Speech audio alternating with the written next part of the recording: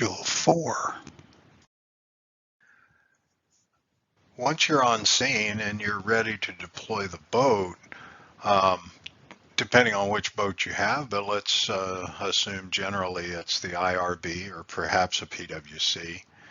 But on the IRB, if you have enough people, even if you don't have a boat ramp, it can be lifted off the trailer and carried and put in the water. It's a little tough, but if you have enough people, you can do it. Backing the trailer up to the edge of the water, getting out, preparing the boat for launch in the proper fashion, making sure that you have a rope and you don't send that thing out into the water and oops, now somebody's got to swim out and get the boat. Sure, all the equipment that you need is loaded and properly stowed. Back the boat into the water, launch the boat, pull the trailer out, park it, and secure it as best you can, and then get in the boat and proceed to the rescue. Recover somewhat just the same, though you'll bring the boat up, get it prepared, then get the trailer back down into the water and safely get that boat back onto the trailer, properly positioned, secure that boat, pull out of the water, make sure that boat, trailer, and all is secure and ready to go back to the station. Once to the station, make sure that the fuel tanks are full, make sure that all of the equipment is clean and ready for the next call, make sure that the battery is on the charger before you leave the station. So here we see a listing of the rescue sequence, if you will, conditions and actions. It's just some simple items to get in your mind of how this should flow.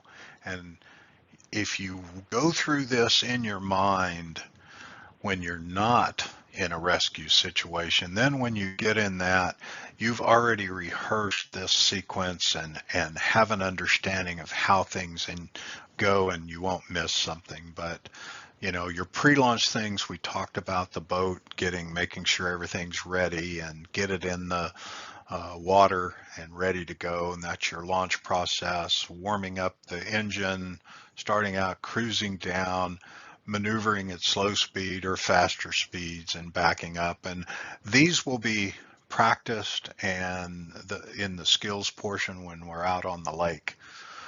Search functions, hasty search, line search, multiple craft. These are things that will be talked about on the water and how they can be used in an effective manner. Additional rescue functions to think about and to consider is obviously the in-craft rescue things where you tow somebody, reach a victim with some type of fixed tool, a paddle or whatever, a throw bag, water insertions, strong swimmer deployment, live bait swimmer, those kinds of things. As we all know, putting a swimmer in the water is last resort, though we need to practice those because they are the most dangerous. We want to be sure that we understand how to do that and to do it safely. From the craft, here's some other victim tows, snag line, live bait, in basket tows. Retrieving a victim rescuer from the water, whether it's calm or heavy conditions, how to get yourself into the boat, how to get a victim into the boat as well. Here are some tactics, techniques, and procedures for various environments. We talk about the flood evacuation, operating craft in flood and moving water. We know it's high risk, and we've talked about that risk assessment and risk management process. Always keep that in mind. Crew safety, personal safety, what the technical ability of the craft is, what the technical ability of the crew is, and how to effectively retrieve that victim in a safe manner. And here's some more TTPs in reference to that rescue, whether in craft or out of the craft, the throw bag deployment, alongside rescue, towed snag line, swimmer or victim tow, live bait swimmer and strong swimmer. All these things that we've just discussed briefly in the last several slides are the things that we'll be going over in the practical exercise and skills testing on the lake. So in summary, situational awareness is key.